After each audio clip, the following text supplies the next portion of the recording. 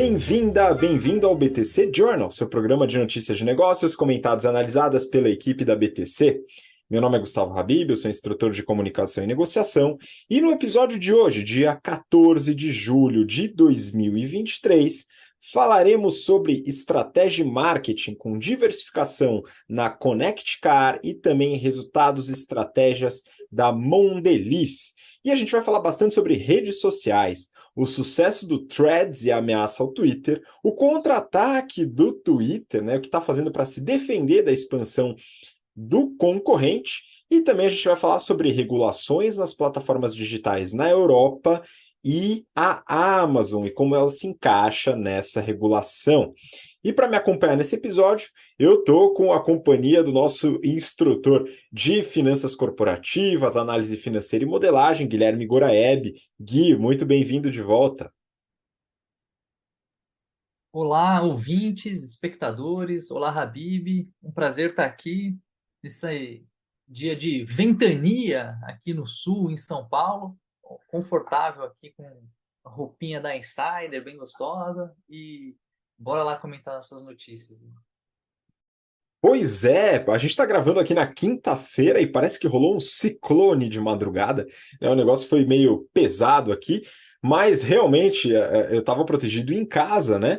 E também agora utilizando a minha Insider, a Tech T-shirt da Insider, que é bastante confortável. No caso, estou com uma azul aqui, a iluminação está ajudando muito, né? Eu preciso dar uma arrumada aqui na iluminação, mas tem várias cores para você escolher. E o legal é que é uma camiseta. Bem fácil de combinar com qualquer roupa que você está usando, né? Além de que tem várias cores para você dar uma variada, né? Então tem gola normal, gola V, tem várias opções para você utilizar, mas o principal realmente é a tecnologia têxtil, né? Então é uma camiseta em que você não precisa passar, você coloca no corpo, dá uma ajeitada, ela já está lisinha, não tem problema nenhuma, ela dura muito, não desbota, traz conforto térmico, então realmente faz diferença no dia a dia. E a durabilidade, né? Então a gente já está aqui com essa parceria há anos e eu utilizo os produtos desde que a Insider nasceu.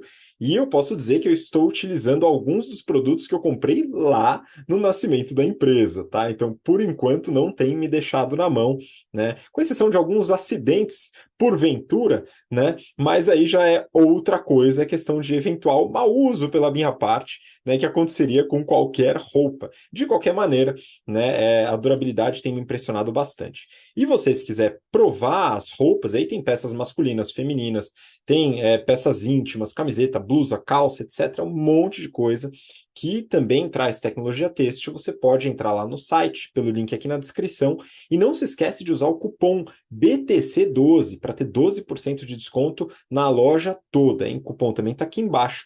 Dá uma olhada lá. E é o seguinte, a BTC, a gente está com nossos cursos, o General Business Program, Strategy and Finance, etc., todos os cursos com inscrições abertas para as turmas do segundo semestre, né? Corre porque está acabando o GBP, nosso curso de business, voltado para quem está entrando no mercado de trabalho. Ele começa no finalzinho de julho, algumas turmas, e no início de agosto para outras turmas. Então, corre lá para fazer sua inscrição. E agora, em julho, a gente convida você a comemorar o mês do amigo junto à BTC.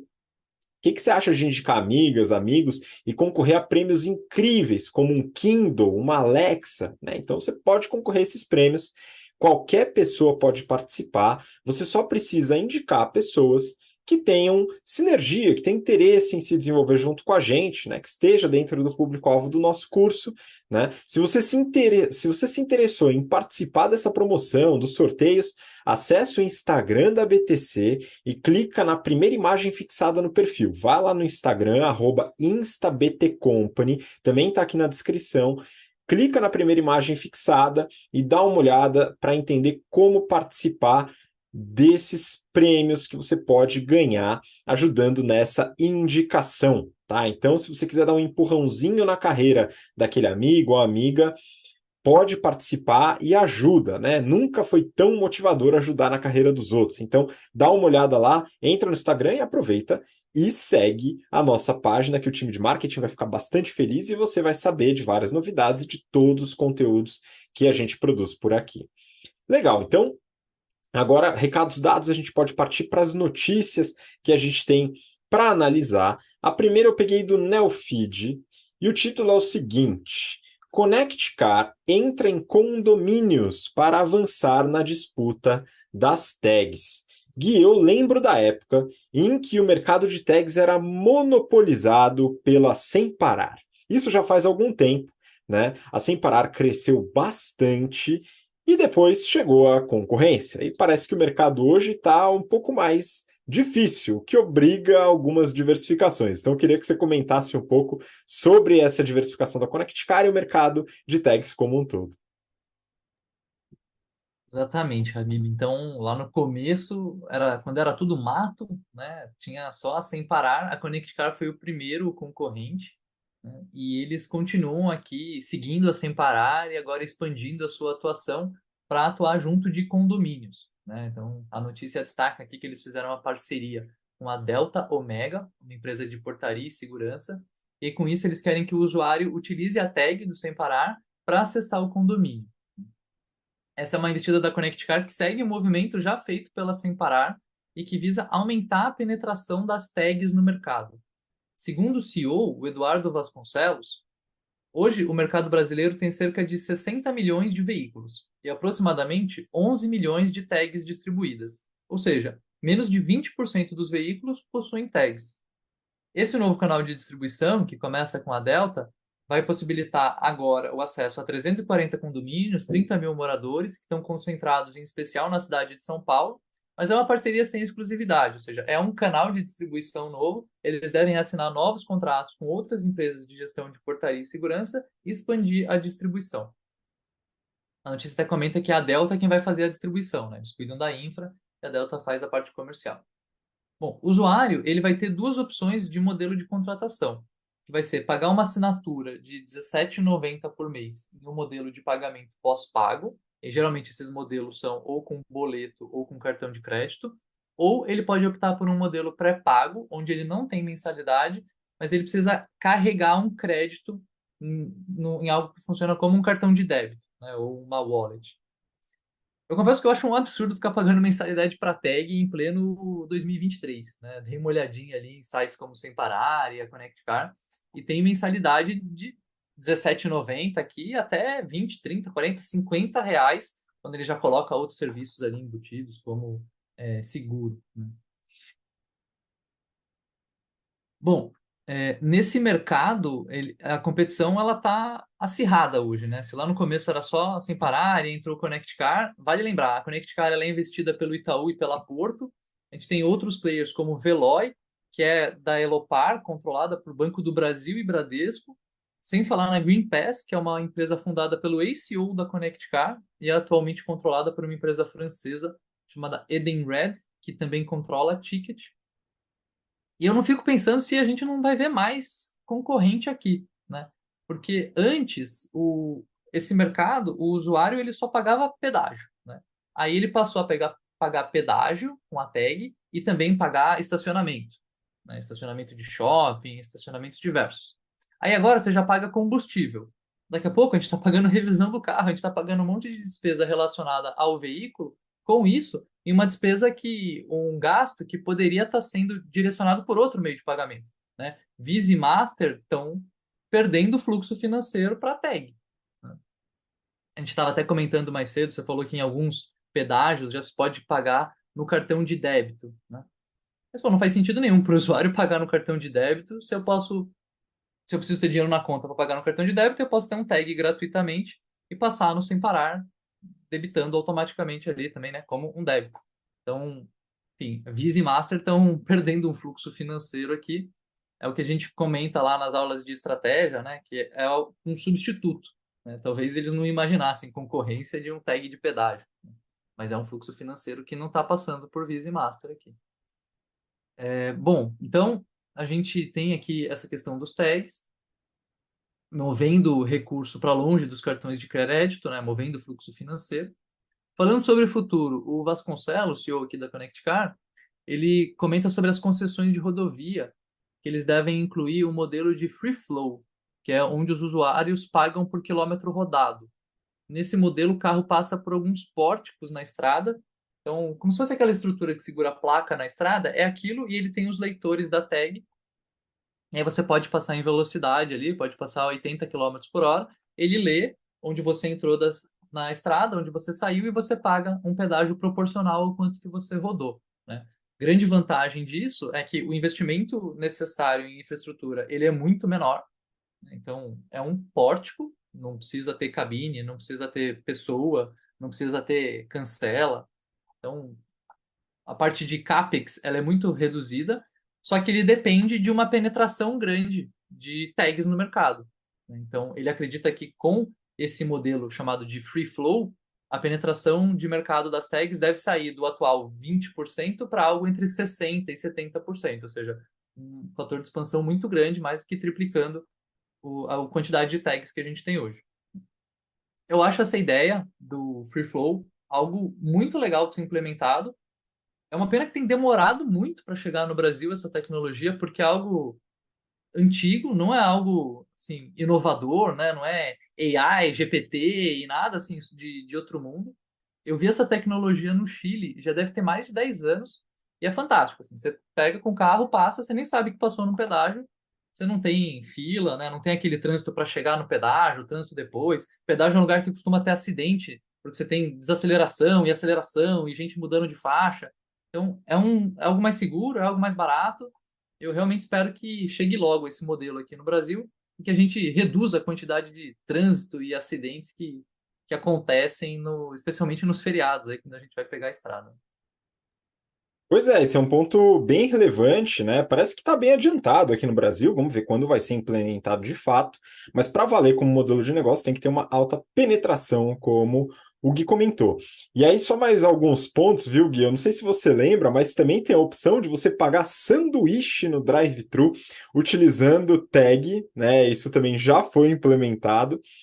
E aí tem um ponto que, em tese, né, seria uma vantagem para os cartões de crédito, é que muitos desses modelos de alimentação do valor disponibilizado pelo tag pode utilizar cartão de crédito. O meu caso é assim, eu tenho um tag de pedágio, ele é pré-pago, então ele vai sendo alimentado à medida que eu vou consumindo, né? Quando falta um determinado valor, ele vai lá e puxa um valor, e esse valor ele é debitado do meu cartão de crédito, né? Então a Visa ou a Master, dependendo do cartão que eu uso, ele ainda serve como um meio de pagamento para essa finalidade, né? Mas você abre possibilidade de outros meios de pagamento, que eu acho que é o seu caso, né, Gui?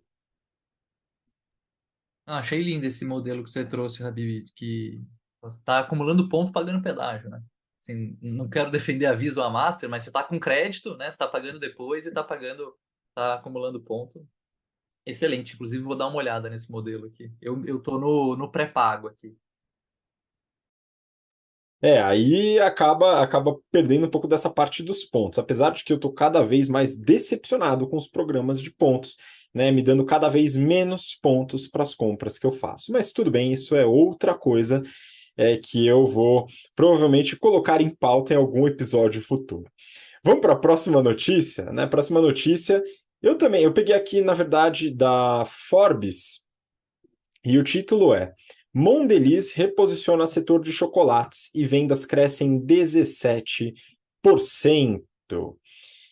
Pois é, a reportagem ela fala sobre uma mudança de estratégia de posicionamento dos chocolates da marca Mondelez, né? Se escreve Mondelez, mas já me falaram que se fala Mondelez, eu acreditei, porque as pessoas trabalharam lá. Então, eu posso estar sendo enganado. Se você sabe um jeito correto de falar o nome da marca, coloca aí nos comentários, por gentileza. Mas até ser confrontado, vou continuar falando assim. De qualquer forma, isso não faz a menor diferença. Vamos falar do que realmente importa. Certamente você já consumiu produtos da marca, né? Eu vou falar sobre eles daqui a pouco. Eles estão investindo muito pesado no Brasil. Eles anunciaram recentemente um investimento de R$ 1 bilhão para o ano que vem, visando a expansão da fábrica. E muitas das campanhas que são feitas aqui possuem orçamentos gigantescos. A divisão de chocolates, ela representa 50% da receita aqui no país. E além dos investimentos, eles estão trabalhando em outras mudanças que a reportagem coloca como sendo menos onerosas, entre aspas. E a diretora de marketing de chocolates no Brasil, a Fabiola Menezes, ela comenta sobre a estratégia. A ideia principal é uma alteração na estratégia de produto, que é parte dos 4 P's de marketing que os alunos do GBP veem nas aulas. Eles trabalham vários casos, como Copenhagen, BMW, Nestlé, Sony, dentre vários outros. Aqui, o foco é na mudança do tamanho. O que aconteceu? Eles fizeram um estudo para entender o comportamento de consumo, onde, como e com quem os clientes consumiam chocolates. Com isso, a ideia era oferecer tamanhos diferentes para atender o público de forma mais assertiva. E eles começaram pela Lacta, não fizeram com todos os produtos, foi uma das marcas do portfólio, a Lacta. Por exemplo, naquele momento após o almoço, que o cliente só quer um gostinho de chocolate, tem a barra de 34 gramas. Isso me pegou forte, viu, Gui? Essa daqui realmente me atingiu. Eles não fizeram a pesquisa comigo, mas nem precisava. Quando for para compartilhar, tem a barra de 160 gramas. Então, eles fizeram vários tamanhos, adequando ao uso, ao consumo, ao tipo de consumo. Essa estratégia ela foi lançada em outubro de 2022 e a marca teve um crescimento de 17% nas vendas no primeiro trimestre. Claro, essa alteração de produto, ela é acompanhada de mudanças tanto no preço como também na praça, né, nos canais de vendas ou canais de marketing que são oferecidos então nos lugares corretos de acordo com o estudo realizado. A Fabiola, ela comentou que após observar o sucesso com a Lacta, eles devem partir para o BIS, e tudo dando certo, vão para outros produtos. Aqui vão meus parabéns para ela e o time de marketing. Eles fizeram o que a gente comenta como sendo a melhor prática para mudanças efetivas, que são testes controlados. Além das aulas de marketing, a gente desenvolve workshops, treinamentos e consultorias para empresas relacionadas à economia comportamental, trazendo essa política de mudanças para políticas internas, para produtos, enfim, qualquer coisa de forma controlada e monitorada. Parece óbvio que alterar o produto de acordo com a forma de consumo vai resultar em uma melhoria das vendas ou da lucratividade, né? Não é, tá errado isso. A gente não pode partir do princípio. Esse é o principal conceito que a gente vê em economia comportamental, né? Os comportamentos eles devem ser analisados e testados de acordo com cada circunstância. Tem diversas estratégias que partem de um eventual bom senso e dão problemas. A Netflix, recentemente, implementou um produto com anúncios, uma assinatura com anúncios, e está tendo problemas porque muita gente está realizando downgrade de uma assinatura mais cara para essa assinatura com anúncios. Isso é ruim para a Netflix. A Marlboro, já no passado, lançou cigarro que não solta fumaça, achando que ia bombar. Deu errado. A Coca-Cola já alterou sabor para ficar parecido com Pepsi. Deu errado. A Toyota queria entrar no segmento óbvio de sucesso no mercado de peruas. Lançou a Fielder, que era a perua do Corolla. Deu errado.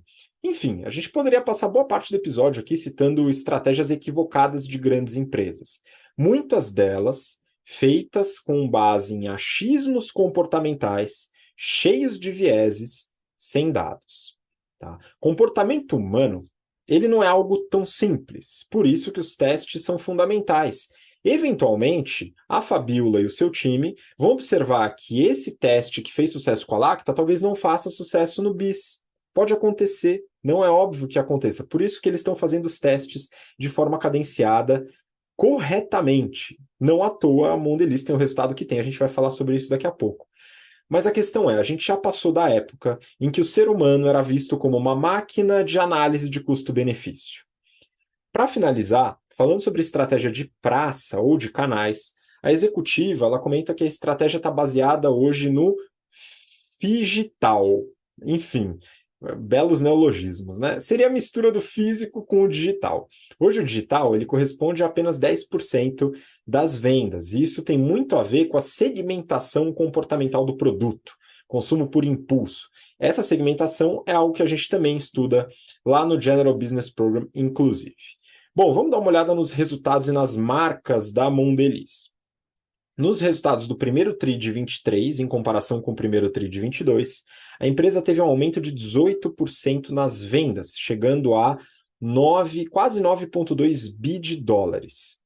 A divisão que representa a maior parte das vendas é biscoitos e snacks, 47% da receita. Mas aqui tem algo que pode prejudicar a nossa análise, né? Só nos Estados Unidos, essa divisão vende 2,3 bi de dólares. Em todas as outras regiões, os chocolates são a divisão mais representativa. Só que nos Estados Unidos isso é tão absurdo de vendas que globalmente ela é a mais representativa, com 47% das vendas da Mondelez no primeiro tri desse ano. Algumas das marcas mais conhecidas aqui são Clube Social, Belvita, Oreo, Chips Ahoy, Seven Days e Perfect Snacks. Beleza. Chocolates, globalmente a segunda divisão em vendas, 31%. Tem aqui como as principais marcas a Lacta, o Bis, né, tá dentro da Lacta, Milka e Toblerone. Talvez sejam as mais conhecidas no Brasil, tem outras, claro.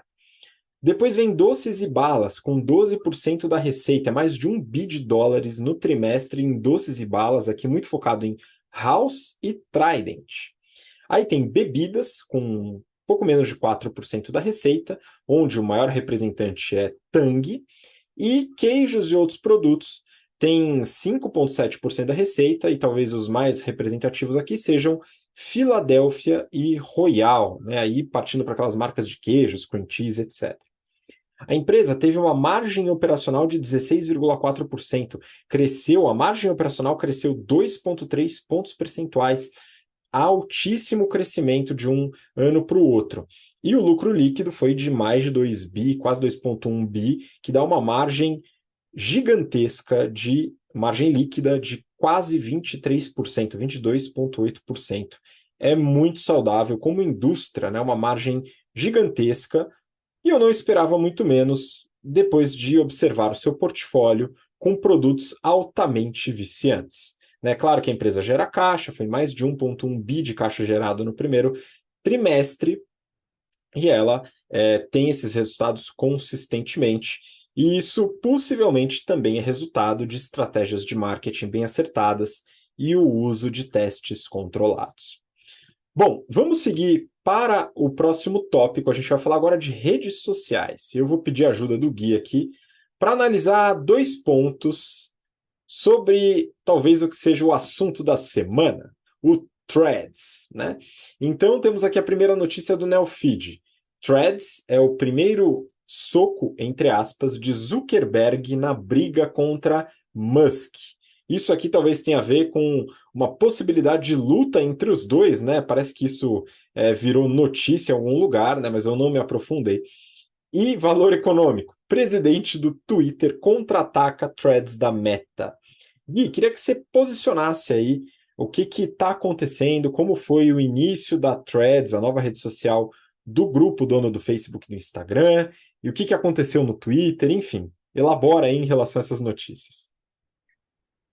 Vamos lá, Habib. Então, a Meta, ex-Facebook do Mark Zuckerberg, lançou a nova rede social, uma plataforma de microblog, ou seja, uma cópia do Twitter, nomeada de Threads.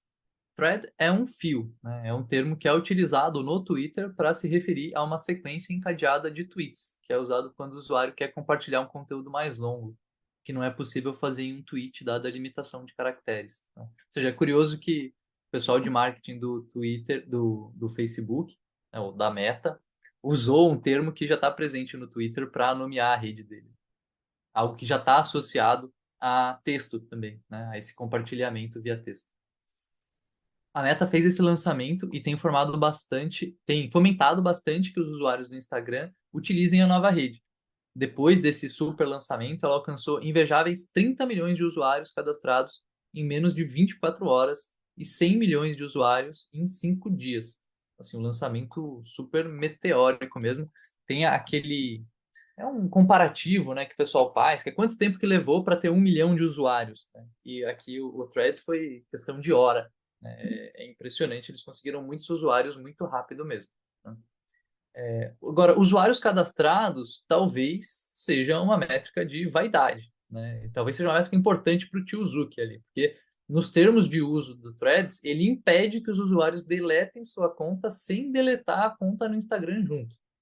Ou seja, tem um jeito ali de reduzir o churn da nova rede social na marra, né? Se quiser sair, você sai, mas a conta fica. Então esse número aí vai ficar alto. Honestamente, eu fiquei pensando aqui com esse lançamento de Threads, por que que alguém com seus quase 40 anos de idade, 128 bilhões de dólares em patrimônio, acha em pleno 2023 que o melhor uso do seu tempo e dinheiro é inventar uma nova rede social? É isso que a gente está precisando.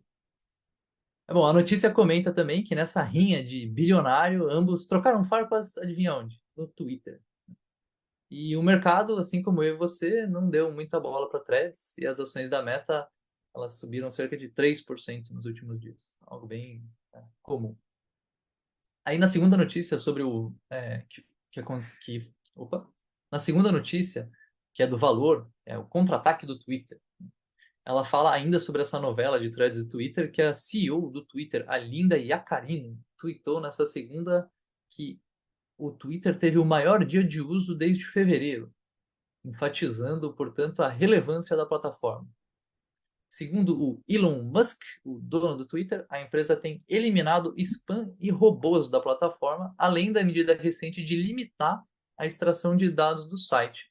Isso pode reduzir o tráfego individual, porém pode acabar aumentando a proporção de usuários genuinamente engajados, disse o Musk. Ele comentou ainda que a métrica que eles estão acompanhando é o acumulado diário de segundos de tela do usuário, ou seja, quanto tempo que o usuário gasta na plataforma. Segundo o Wall Street Journal, as estimativas indicam que o tráfego do Twitter sofreu nesses primeiros dias de Threads. E, curiosamente, quem fica feliz em ver a presidente do Twitter mais ativa, ou pelo menos, né, tweetando, são os acionistas da Tesla, que esperam que o Musk se distraia menos com o microblog. Vale lembrar que o valor de mercado da Tesla é 862 bilhões de dólares, quase 20 vezes os 44 bi que o Musk pagou pelo Twitter. Aí, analisando o Google Trends, inclusive dá para ver que a Threads deu um pico aqui, mas que já tem caído bastante nos últimos dias. E para mim isso aqui pode ter um cheirinho de Clubhouse, viu, Habib?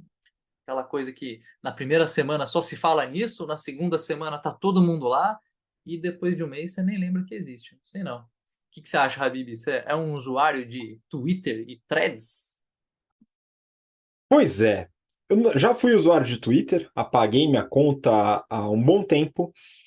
Não sinto a menor falta hoje, apesar de que ele é algo, de certa forma, viciante. Você entra no Twitter e você começa a observar aquelas tretas completamente inúteis e que não vão adicionar absolutamente nada no seu dia a dia, mas aquilo te prende de alguma maneira, né? Isso está presente na genialidade do algoritmo do Twitter, que é inconteste, né? Acho que isso é realmente relevante, assim como o próprio Instagram da Meta, né, onde boa parte do conteúdo pode ser completamente descartado sem que haja a menor falta, porém, você fica lá, não tem jeito, né? Então, tem vários estudos aí relacionados a isso. Eu não uso, não entrei no Threads também, porque eu sei do alto poder viciante que isso tem, então eu prefiro já não entrar de qualquer maneira.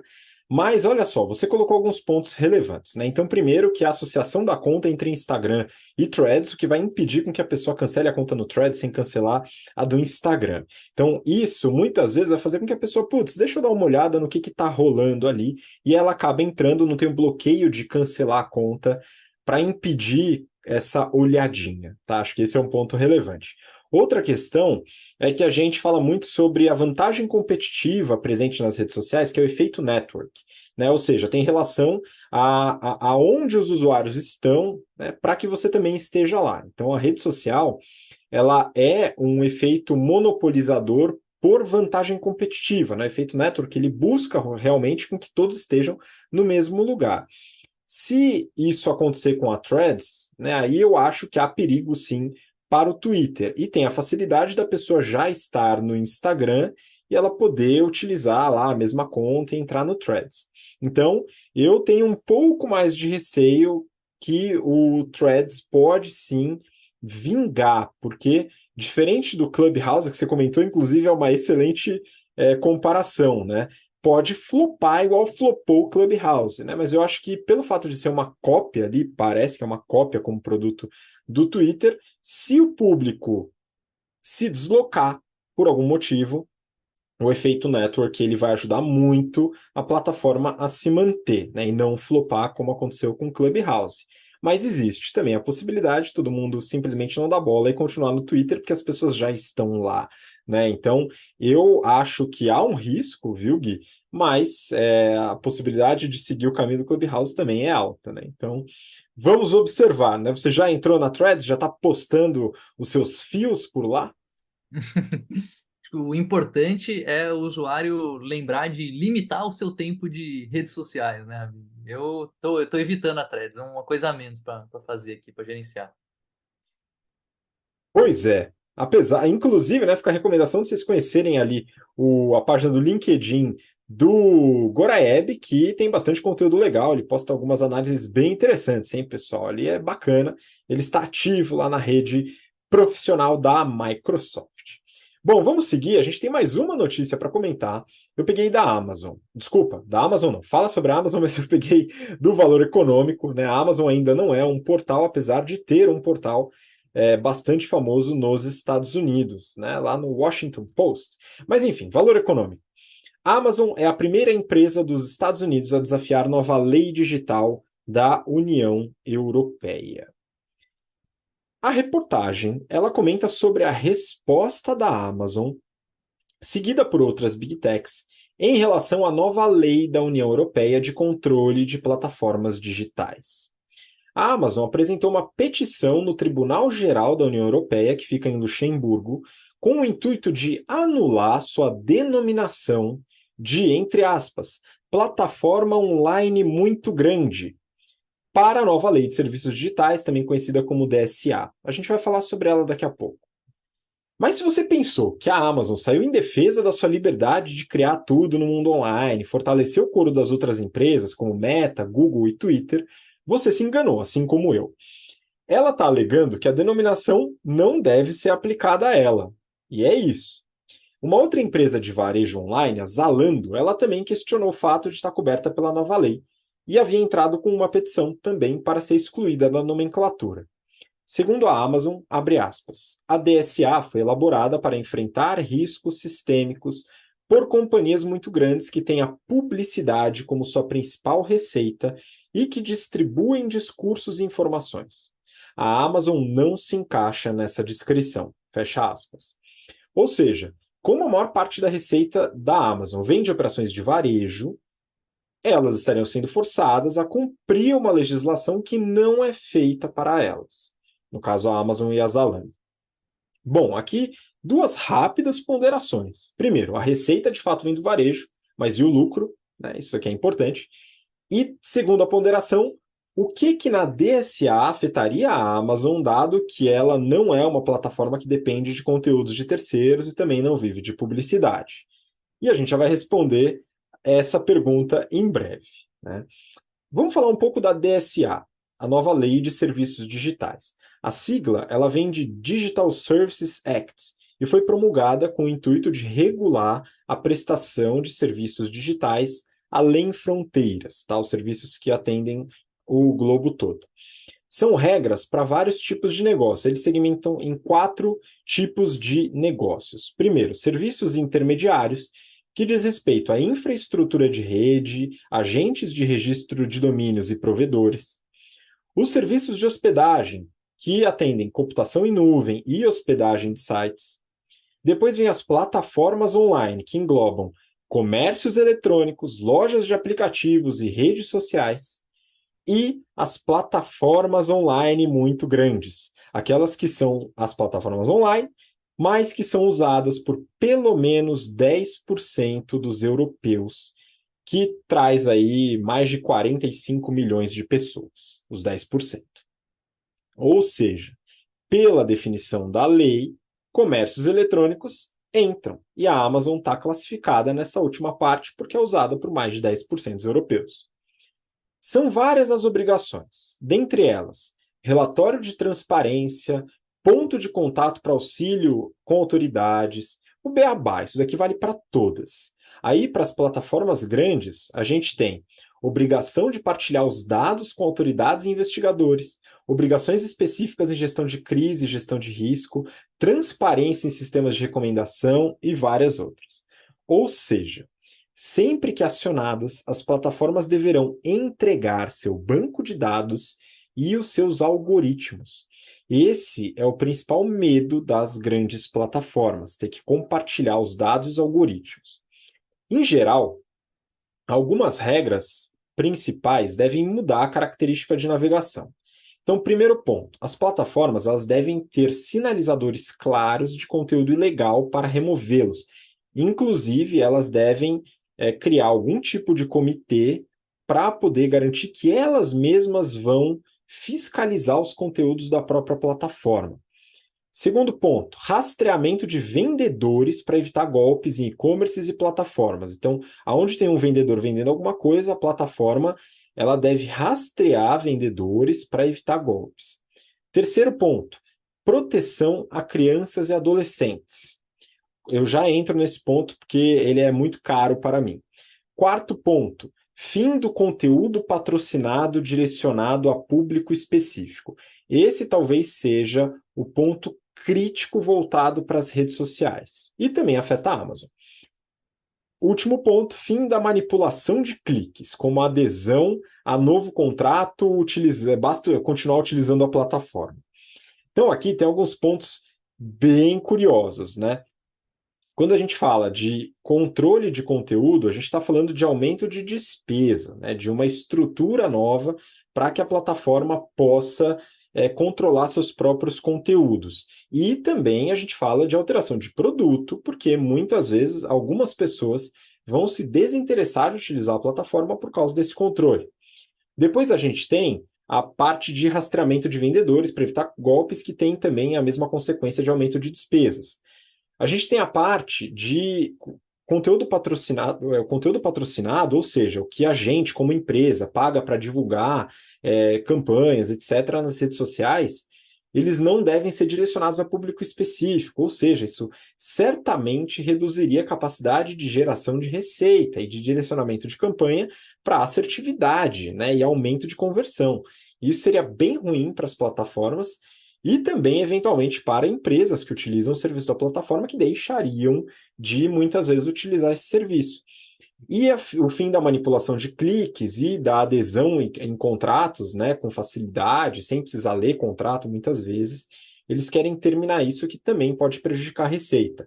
Ou seja, né, estamos falando aqui de ações dentro da lei que vão fazer com que haja redução de receita e aumento de despesas. Ou seja, a gente está falando aqui de pressão nas margens de lucro. E, como se isso não fosse o bastante, a lei não aborda as pequenas empresas. Ou seja, ela tem o claro objetivo de trazer competitividade e evitar monopólio. Ou seja, é o pesadelo para as plataformas. E a Amazon, ela está enquadrada na lei, mas ela quer se desenquadrar. Muito provavelmente, a lei foi criada pensando sim nas redes sociais. Mas há diversos aspectos nos grandes e-commerces que possuem funcionamentos semelhantes, como as propagandas direcionadas, as recomendações e, é claro, a influência sobre o comportamento do usuário. E a Amazon, claro, tem uma rede social, o Twitch, né, apesar de ser um pouco menor.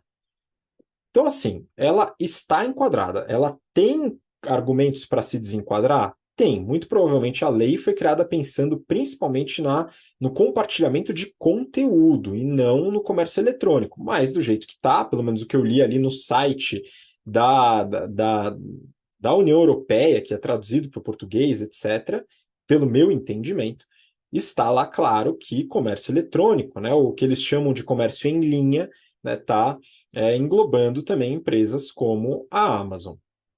Mas há argumentos, certamente, para que ela se desenquadre. Um ponto curioso é que ela não está nem aí para as outras redes e tal, para as outras gigantes. Ela só quer se desenquadrar, né? Depois acho que o Gui pode fazer até um comentário sobre isso, né? Mas, enfim, esse é um ponto relevante. Agora, as redes sociais certamente não vão se desenquadrar. E aí um ponto pessoal, né? Como pai recente, e também sabendo dos malefícios das redes sociais, O que eu gostaria, no mínimo, era um controle decente de idade do usuário. Exigir o CPF, no caso da Europa, né, o documento lá que demonstra a pessoalidade do uso. E uma foto é o mínimo, dado que as plataformas colocam como sendo para maiores de 18 anos, e o que a gente mais vê na prática são crianças de 6, 8, 10 anos usando TikTok e Instagram. Sem esse controle, fica parecendo até que a intenção é trazer criança para a plataforma, e eu tenho certeza absoluta que as plataformas não querem isso, né? Então, esse controle ele seria realmente muito, muito importante, simples de ser efetuado, né, de ser executado, e tem o grande benefício de dificultar a criação de contas fake. Então, a gente vê aí vários benefícios em você ter um controle do acesso do usuário e da criação da conta, tá? Um usuário por CPF, etc. Isso tudo facilita bastante. Agora, se o e-commerce deveria se enquadrar aqui é uma outra discussão e eu realmente precisaria pensar um pouco mais a respeito para ter uma opinião sobre esse ponto, né? A lei hoje engloba. Particularmente, eu acho difícil que a Amazon se livre dessa. Mas se ela deve continuar englobando ou não já é uma outra discussão. Gui, o que você acha aí dessa dificuldade e do fato da Amazon estar englobada nessa lei, hein? Habib, eu tava pensando aqui, eu vi ainda hoje um trecho de um podcast falando sobre o Danoninho e como eles mudaram a embalagem do Danoninho porque as crianças estavam tendo dificuldade de abrir agora, porque elas escrevem menos, né? Ela atua mais com a parte digital e elas estão perdendo esse controle motor fino, né? Eu acho que a gente junta isso com a questão de desenvolvimento, né? A gente tem agora a geração com menos, com um QI menor que a geração anterior. Acho que sem dúvida a gente tem um caminho para trabalhar assim, nesse lado de regulamentação e de controle do uso, especialmente na infância, né? Nesse período que você comentou que você está mais preocupado aí com a tua cria, né? E, pô, a galera precisa, não tá dando problema no desenvolvimento cognitivo e motor, né? Então a gente precisa estar bem atento nessa questão para não fazer uma geração de zumbis digitais, né? Pois é, esse é meu grande receio, né? Agora, um ponto importante, a gente estava até conversando sobre isso antes de gravar o episódio, né? A Amazon, ela quer se livrar da lei, mas ela não quer combater a lei necessariamente, né? Pelo menos eu não li nada sobre isso. Talvez isso entre naquele aspecto de a lei rigorosa para os outros e eu de fora, preferencialmente, né? Então, vamos ver como que a Amazon se dá. Eu, dando um chute aqui, né? Eu diria que vai ser difícil ela se livrar de se encaixar nessa lei, da lei ser alterada, né, o entendimento ser alterado para retirar e-commerces. Existe um argumento, na minha visão, um argumento razoável aí para que ela seja desvinculada de uma série de questões aí da lei, mas também tem o ponto de que ela é uma plataforma grande, que há algoritmos e outras coisas, recomendações, que são preocupações da lei, né? Essa lei que foi promulgada lá na União Europeia, ela tem sido observada como referência para outros lugares, inclusive aqui no Brasil. Nós já comentamos sobre o PL, né, das fake news, enfim, o PL que envolve essa regulamentação. A gente falou sobre isso há alguns meses atrás, quando o papo estava mais fervente, então recomendo que você volte lá para dar uma olhada nos aspectos específicos da lei brasileira que eu comentei sobre a lei na União Europeia, que já está em vigor. Então é muito importante você se atualizar em relação a isso. Mas se você quiser criar sua própria rede social, fica tranquilo, pode executar ela na União Europeia, porque a lei não abrange pequenas empresas, ok? E esse foi o último tema do BTC Journal de hoje. Então, queria muito agradecer a participação do Gui novamente. Gui, muito obrigado pela contribuição. Habib, fazendo um parênteses ainda nessa última, cara, essa questão de não abranger pequenas empresas, não sei, acho que vai na contramão de algumas coisas, né? Assim, eu lembro de ver sobre isso com a parte de alimento, né? Pô, no alimento, favorece a grande empresa você ter controles de qualidade rígidos, né? Porque a pequena empresa tem dificuldade em ser compliant com esses controles, né? E aí você vai numa rede social, deixar que tudo aconteça, desde que seja num contexto pequeno, a gente vai ficar com bolhas de extremismo, né? Não, isso aqui é pequeno, pode tocar o puteiro que tá tudo bem. Não sei se eu gosto dessa ideia, assim, de o pequeno pode fazer o que quiser. Mas, enfim, encerrando, né? Vamos lá. Assim, eu espero que, de novo, né, a preocupação tá ali em a gente ter um controle maior e não prejudicar tanto o desenvolvimento da galera que está sendo prejudicado, né? Cognitivo e motor. E, bom, é isso, né? Encerramos aí a BTC Journal do dia 14 de julho de 2023 e até a próxima. Pois é, muito obrigado. Compartilho das preocupações. Agora, se isso vai ser bom ou ruim para as pequenas redes sociais, já é um problema da União Europeia e não meu, graças a Deus. E muito obrigado você que nos acompanhou até agora, pelo interesse e pela paciência. Temos um encontro marcado para a próxima semana para mais um episódio do BTC Journal. Um grande abraço, até lá. Tchau, tchau.